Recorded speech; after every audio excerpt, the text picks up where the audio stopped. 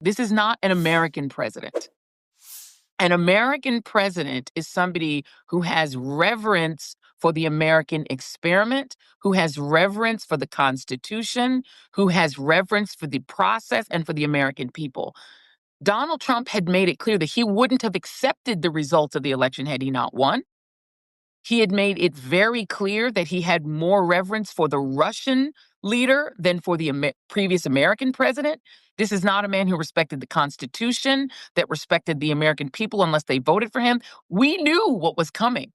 Now, the fact that a majority of Americans saw what he did in office, saw the million bodies on the ground from COVID, saw the economic destruction of mismanaging the pandemic, saw the venality of his personal behavior, and put him back in the White House on the promise of destructive tariffs, which he said he was going to do, on the promise of Project 2025 being implemented, which will destroy the American presidency and the checks and balances inherent in the Constitution, and put him back in there knowing what he was?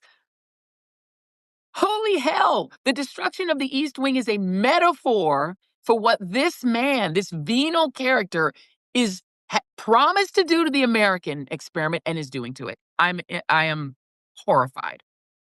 One of the things that I've talked to people about in recent weeks, and you brought up our friend Nicole Wallace. I think everybody forgets over the 10 years is that you and I have differences on policy and positions and everything, but I can share a very similar view about decency, about right and wrong, about kindness, about humanity.